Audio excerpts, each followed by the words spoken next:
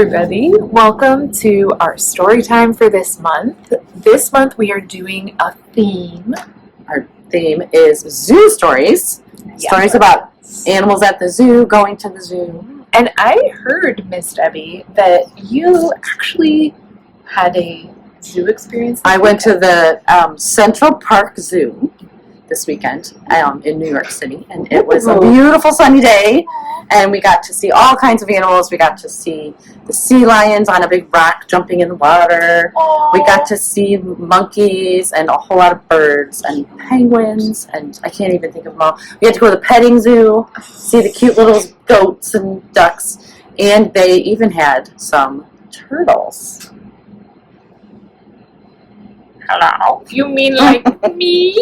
They did. They had some cute little turtles. So and they did not have at this zoo any elephants. Which is your favorite? These are my favorite, but that's okay. It was still very fun. But we were thinking we could have our friends help us sing. Help us our welcome song today? Yes. All right. So I think hopefully you remember the first verse, but it goes, ready for this? Like this. If you're ready for a story, clap your hands. Clap, clap. If you're ready for a story, clap your hands. If you're ready for a story, if you're ready for a story, if you're ready for a story, clap your hands. How about, what should we do if that's turtley? If you're ready for a story, hide in your shell.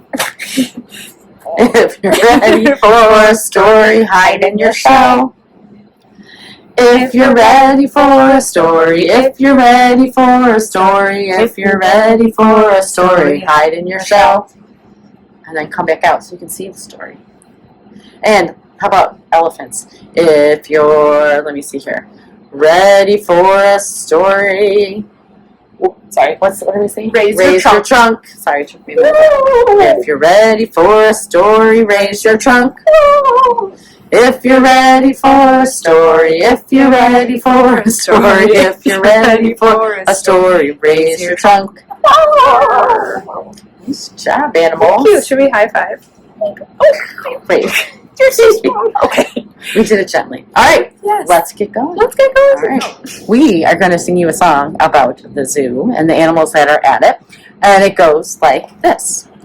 I came to the zoo to see lions, elephants, tigers, and bears. I came to the zoo to see zebras. I love all the animals there. Lions, tigers, elephants, zebras, and bears. And bears. Lions, tigers, elephants, zebras, and bears. Oh my! Okay, that was 5 puppets with 4 hands. Woo! Wow.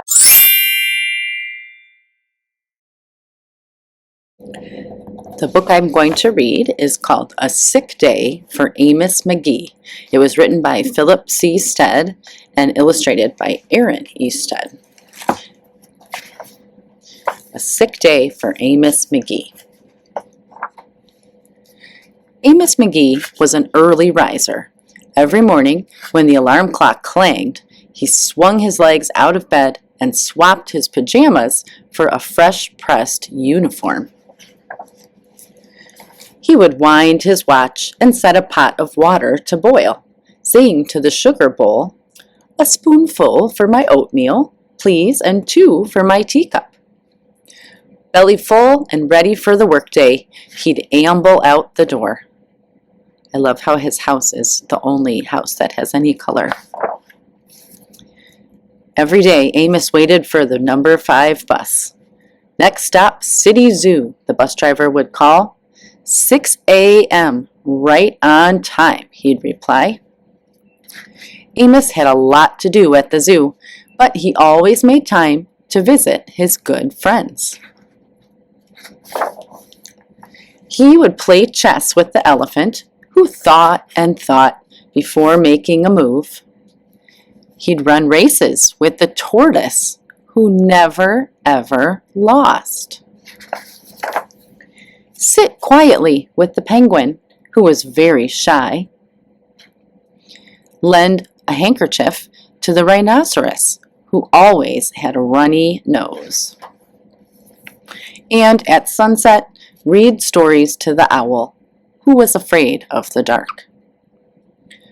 One day, Amos awoke with the sniffles and the sneezes and the chills. He swung his achy legs out of bed, curled them back again, and said, "Ugh, I don't think I'll be going to work today."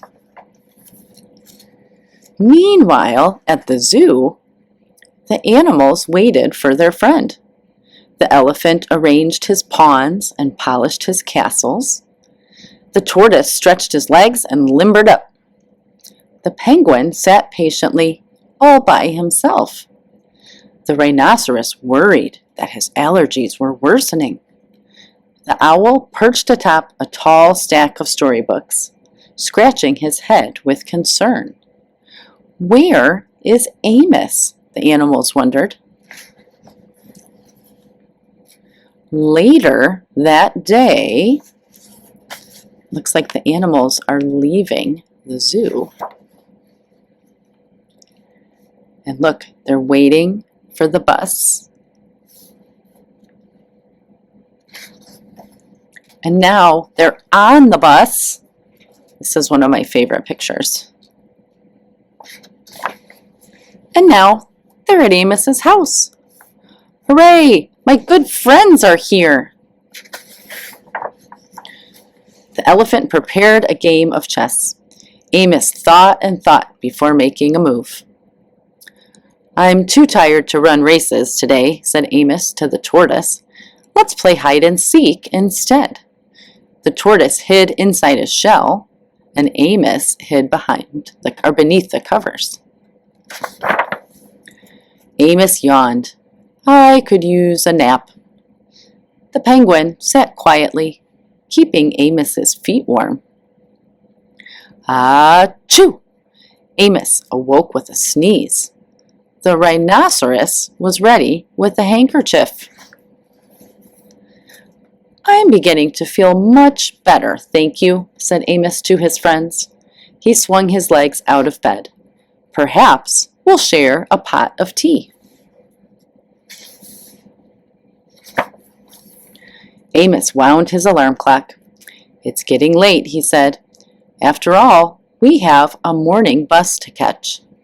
So Amos said good night to the elephant, and good night to the tortoise, and good night to the penguin, and good night to the rhinoceros, and good night to the owl, who, knowing that Amos was afraid of the dark, read a story aloud before turning out the light.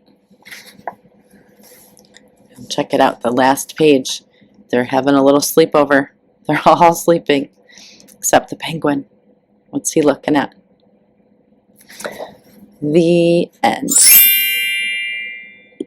All right, so another little rhyme that I thought you guys might like to learn that's kind of about an animal at the zoo. An alligator goes like this, and we're going to do the story up on the flame board. So, first of all, here is the water. It's always good to have water. And I want to thank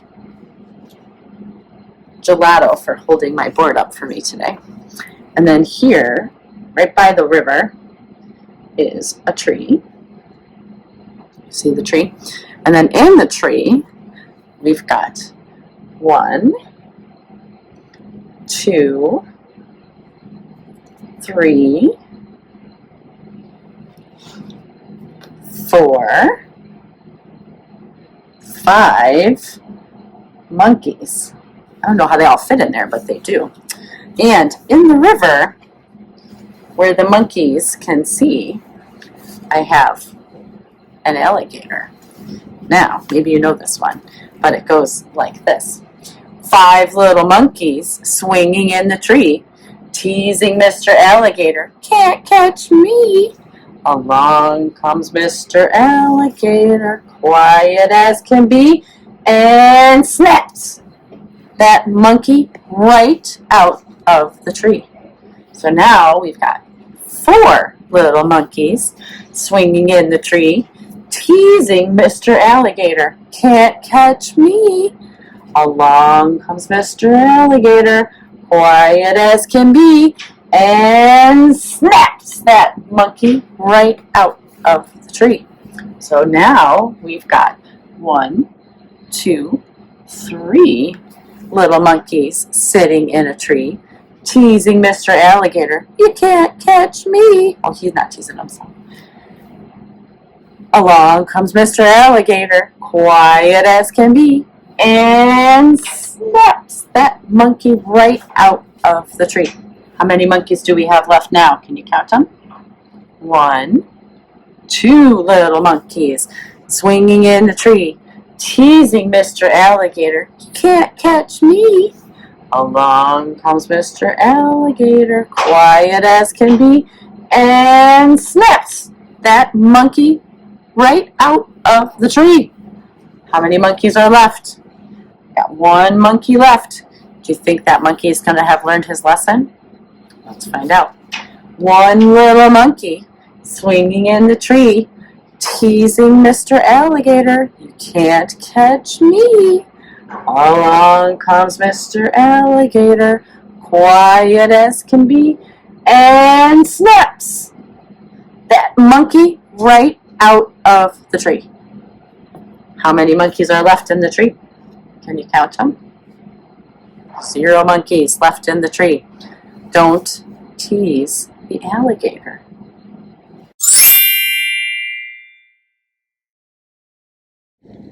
Hi! Today I'm going to read a book called Owen and Ms, The True Story of a Remarkable Friendship. This is a book that goes with our zoo theme, and I thought it was a really fun story. And it's also a true story. This is the true story of 2 great friends, a baby hippopotamus named Owen and a 130-year-old giant tortoise named Ms. The hippo was not always friends with the tortoise, and he wasn't always known as Owen. And Owen was not always famous the world over. Here is how it all happened. Before the baby hippopotamus became known as Owen, he lived with his mother in a group, or pod, with about 20 other hippos. They fed and wallowed in and around the Sabaki River in Kenya, a nation on the east coast of Africa. When he was about 1 year old, heavy December rains flooded the river. The racing water washed Owen and his family down the river until the fresh water became salty and the river flowed into the Indian Ocean near the small coastal town of Malindi. For days, the people of Malindi tried to chase the hippos back up the river. But the hippos enjoyed grazing the grasses along the shore and in the villagers' yards. Since hippos are the most dangerous animals in Africa, a full-grown adult can weigh as much as 8,000 pounds, there was little the people could do. Owen lived in a pod of hippos like this one. On the morning of December 26, 2004, the sea suddenly rushed high onto the beaches, and surging waves pounded the shore. Many of the villagers' boats were damaged, and many fishermen had to be rescued. Before long, the sea was calm again, but it was a frightening time for everybody. A day passed before anyone thought to check in on the hippos. The villagers saw only 1 hippopotamus in the sea, a baby without his mother, stranded on a sandy coral reef among the seagrass. Tired and frightened, he was unable to reach the shore on his own. Soon, hundreds of villagers and visitors were working together to help the young hippo. They knew that he would become sick if he stayed in the salty seawater for long. They used ropes, boats, fishing nets, and even cars to try to rescue him and bring him ashore to safety. Owen was stranded alone on a reef. Malindi fishermen in their colorfully decorated wooden boats. It was soon clear that a rescue wouldn't be easy. Though the baby hippo was only about 2 feet tall, he weighed a hefty 600 pounds and was slippery and strong. And the hippo was alarmed by all the human commotion. Angrily, he broke through their nets and escaped from their ropes. Hours went by, and the anxious crowds of people who gathered to watch feared that the hippo could not be saved. Finally, with a stronger shark net, the rescuers were able to catch the hippo. A brave visitor named Owen Sobine tackled him, stopping him long enough to let others secure the net. That is why, when it became time to choose a name for the hippo, it seemed only right that he should be called Owen. At last, the rescuers towed the baby hippo toward land. When they reached the shore, a loud, joyous cheer went up from the 1,000 men, women, boys, and girls who now crowded the beach. Their happy cries could be heard almost a mile away. Wrapped in the net, Owen was hoisted into the back of a pickup truck and brought to a shady spot. The cheers could be heard almost a mile away. People weren't sure where Owen should be taken next. They called Holler Park, an animal sanctuary about 50 miles away, near the city of Mombasa. Dr. Paula Kahumbu, the manager, immediately offered Owen a place to live there. She explained that he could never be returned to the wild. Since he was still a baby, he wouldn't have learned yet how to fend for himself, and he would never be welcomed into another hippopod. He would be seen as an intruder and attacked. But they would take good care of him in Holler Park.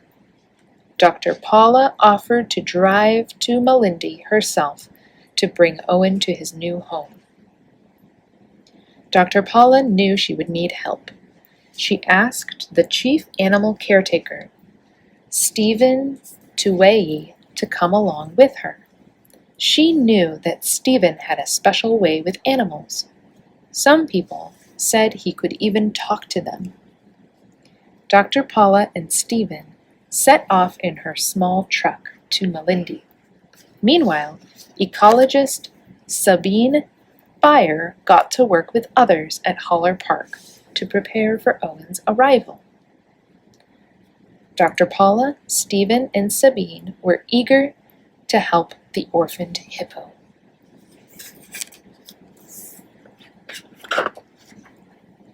When Dr. Paula and Stephen arrived in Malindi, they helped to remove the nets and lead Owen out of the pickup.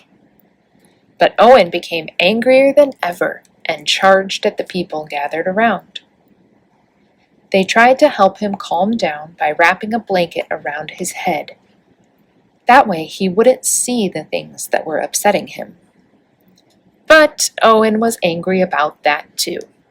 After many hours, about a dozen rescuers managed to move Owen from the pickup into Dr. Paula's truck, tying him so that he would be safe during the long drive to Holler Park. Everyone tried to make Owen as comfortable as possible. Meanwhile, Sabine and the other workers prepared a large enclosure for Owen. They chose a part of the park that had a pond and a mud wallow, as well as tall trees and brush. Everything a hippo could want. The area was already home to a number of bush bucks, vervet monkeys, and a giant Aldabra tortoise named Mzee.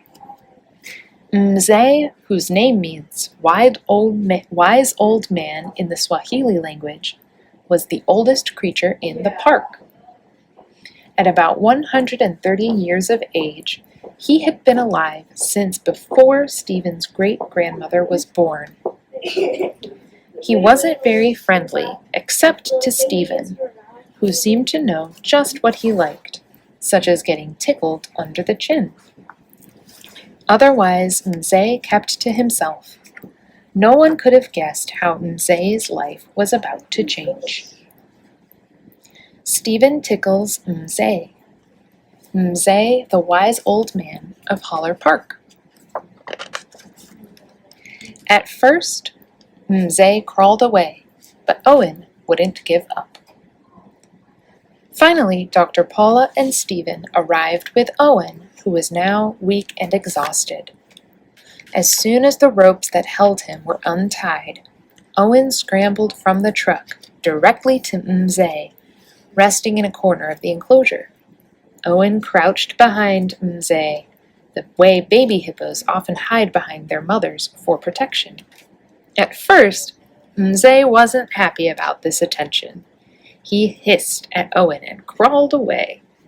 But Owen, who could easily keep up with the old tortoise, did not give up. Slowly, as the night went on, Mz began to accept his new companion. When the park workers checked on them in the morning, Owen was snuggled up against Mz, and Mz didn't seem to mind at all. That night, Owen and Mz snuggled close together. Over the next few days, Mz continued to crawl away, and Owen continued to follow him. But sometimes it was Owen who would walk away from Mz, and Mz who would follow. Bit by bit, Mz grew friendlier. At first, Owen wouldn't eat any of the leaves left out for him.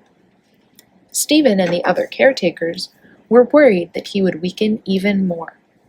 Then they noticed Owen feeding right beside Mz, as if Mz were showing him how to eat. Or perhaps it was Mz's protective presence that helped Owen feel calm enough to eat. No one will ever know. But it was clear that the bond between Owen and Mz was helping the baby hippo to recover from being separated from his mother and stranded in the sea. Mz and Owen are never far apart. With Mz by his side, Owen began to eat. As the weeks went on, Owen and Mz spent more and more time together. Soon they were inseparable. Their bond remains very strong to this day. They swim together, eat together, drink together, and sleep next to each other. They rub noses. Owen leads the way to different parts of the enclosure. Then Mz leads the way. Owen playfully nuzzles Mz's neck, and Mz stretches his neck forward, asking for more, just as he does when Stephen tickles him under the chin. Though both animals could easily injure each other, they are gentle with one another. A sense of trust has grown between them. Both hippos and tortoises love the water. Owen nuzzles Mz's ticklish neck. Wildlife experts are still puzzled about how this unlikely friendship came to be. Most have never heard of a mammal, such as Owen, and a reptile, such as Mz, forming such a strong bond. Perhaps for Owen it happened this way. Young hippos like Owen need their mothers in order to survive. An old, slow tortoise like Mz can never protect Owen the way a fierce mother hippo could. But since Mz's coloring and rounded shape are similar to a hippo's, it's possible that to Owen, Mz looks like the hippo mother he needs. Harder to explain is the affection that Mz seems to show for Owen. Like most Aldabra tortoises, Mz had always preferred to be alone. But sometimes these tortoises live in groups, and perhaps Mze sees Owen as a fellow tortoise, the first tortoise he is willing to spend time with. Or perhaps Mze knows that Owen isn't a tortoise, but likes him anyway. The reasons are unclear, but science can't always explain what the heart already knows. Our most important friends are sometimes those we least expected. Mze and Owen play Follow the Leader. News of Owen and Mze's friendship quickly spread around the world. People all over have come to love Owen, who endured so much, yet never gave up, and Mze, who became Owen's friend when he needed one the most. Their photographs have appeared in countless newspaper and magazine articles. Television programs and even a film documentary have been made about them. Visitors come to Holler Park every day to meet the famous friends. Owen and Mze look out for each other. Owen suffered a great loss, but with the help of many caring people and through his own extraordinary resilience, Owen has begun a new happy life. Most remarkable is the role that Mze has played. We'll never know for sure whether Owen sees Mze as a mother, a father, or a very good friend. But it really doesn't matter. What matters most is that Owen isn't alone, and neither is Mze.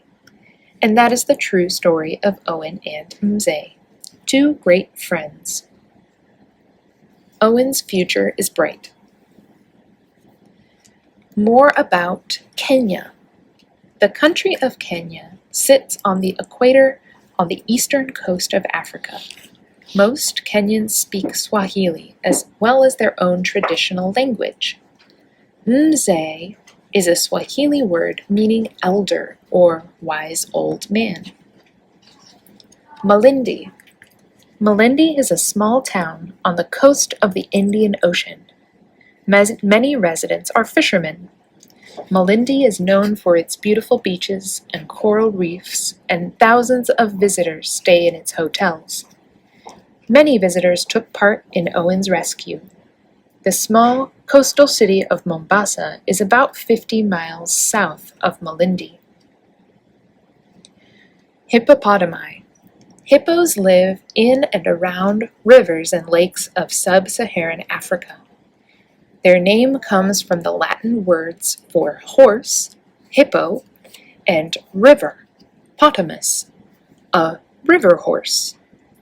Babies are dependent on their mothers for up to 4 years. Hippos are easily annoyed and extremely aggressive. They use their size, speed, and powerful jaws to protect their territory from intruders. But they do not attack for food. They eat only grasses. They live up to 40 years in the wild and 60 years in captivity. Aldabra tortoises. The Aldabra tortoise, found on the Aldabra Islands in the Indian Ocean, is the largest species of tortoise in the world. They are similar to the better-known Galapagos tortoise. As adults, they grow to as much as 4 feet in length and live up to 200 years. Mze's caretakers guess that he is about 130 years old. Mze, like many Aldabra tortoises, was probably taken from his home by sailors for food. He may have reached Africa by escaping the ship, perhaps during a shipwreck. Owen and Mze and the tsunami of December 2004.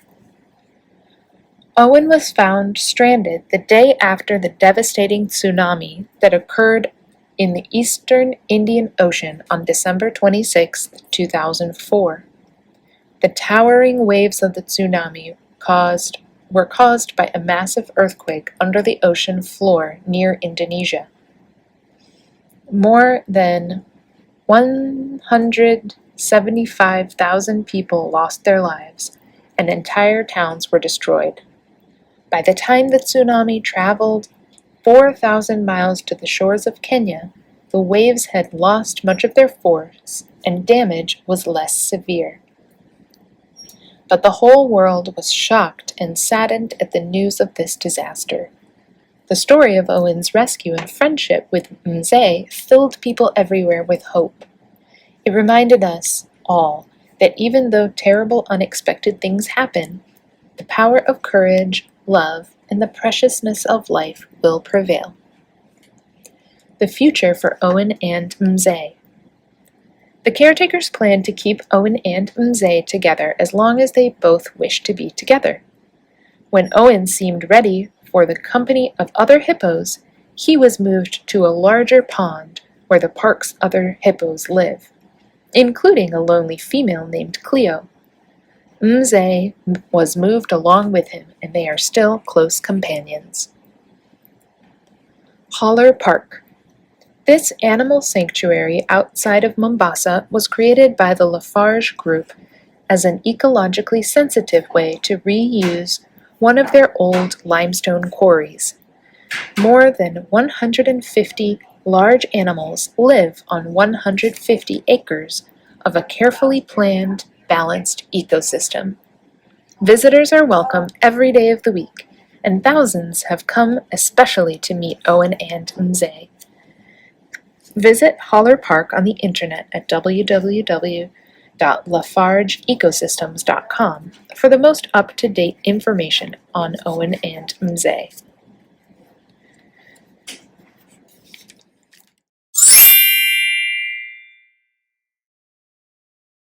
Hi! Welcome to the craft portion of our virtual story time. Today we're doing a zoo-themed craft, and I thought it would be fun to make a lion's face out of a old Amazon envelope. So all you need is either you can use one of these if you have one at your house. You could use a paper lunch bag. You could use a cereal carton and just flip it around to the brown side. I also have some orange paper and glue and scissors. And just in case, I also have crayons in case we want to draw like a face on our lion. So, first thing I'm going to do is kind of I have very fancy nails today, but it's making cutting things harder. Alright, so I just cut a nice chunk out of my Amazon envelope, and I don't think we want to use this side, so we'll use this side. And I'm just going to trace a circle on it and cut the circle out, and that will be our lion's face. Alright. Circle. And cut it out.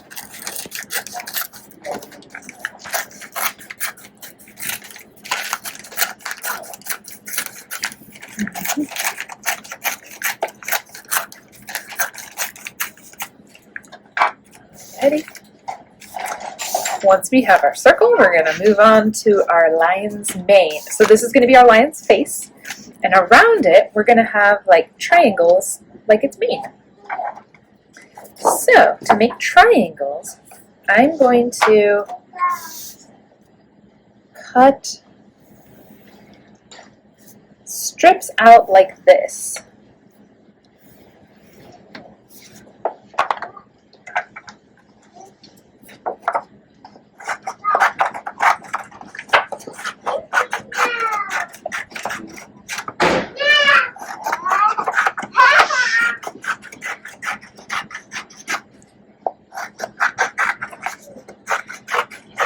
While you're working on your lion, maybe you and whoever you're working with can talk about what your favorite animals are to visit at the zoo. Alright, so now I have a strip of paper. I'm going to cut triangles out of it. If it helps you make a triangle shape, you can draw more crayon lines for triangles.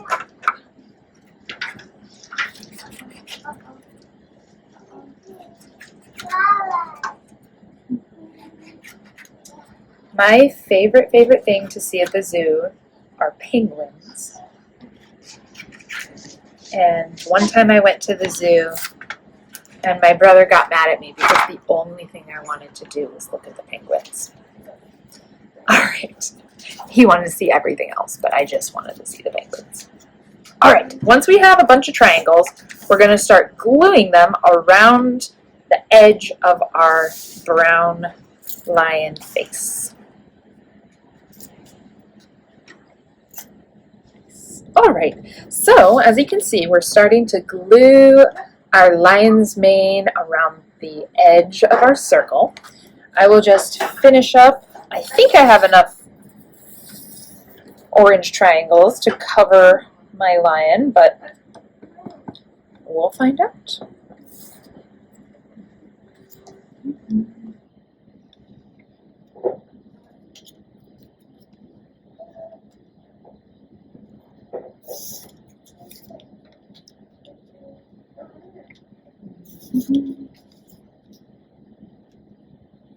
All right, I think I have exactly enough triangles for my paper lion.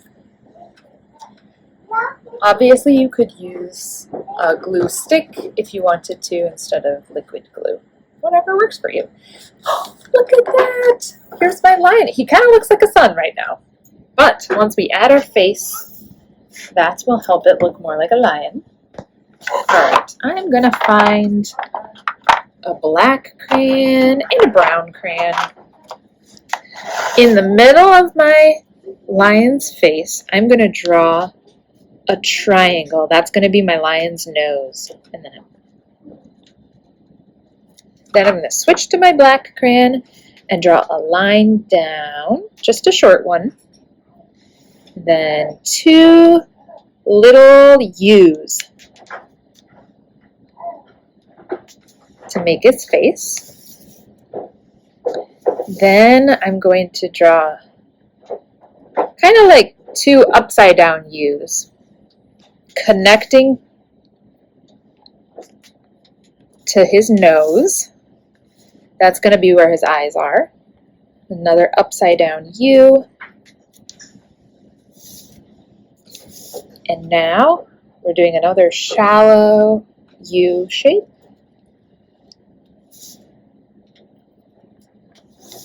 These are his eyes. I'm going to color them in.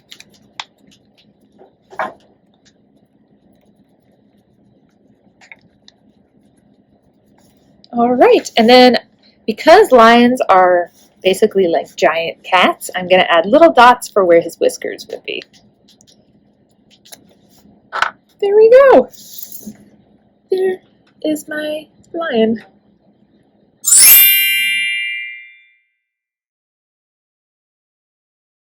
Well, thanks for coming to Virtual Storytime. We hope you had fun. Did you have fun, Miss Lucy Rose? Of course. Thank you so much for being here. Of course, and thanks to our friends who joined us. Now it is time to sing the goodbye song. So we'll see if you remember how it goes. There's a lot of waving. So I think today we'll do our waving with our puppets, right? All right. Goodbye, friends. Goodbye, friends. Goodbye, friends. It's time to say goodbye. Goodbye, friends. Goodbye, friends. Goodbye, friends. It's time to say goodbye. Goodbye. Goodbye, See you next time. Goodbye, Miss Debbie. Bye, Goodbye, Miss Lucy children. Rose. Goodbye, zebra.